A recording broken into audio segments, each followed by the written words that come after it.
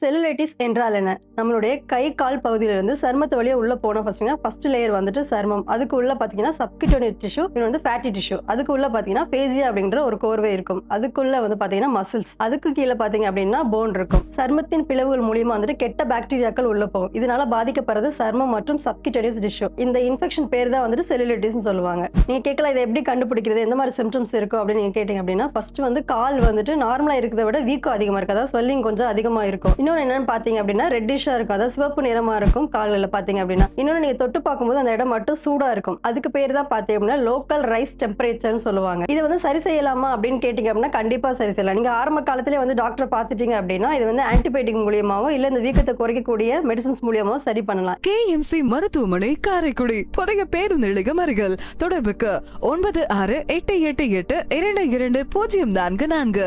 உயிர் காக்கும் உயர் சிகிச்சைகள் அனைத்தும் உங்கள் அருகில்.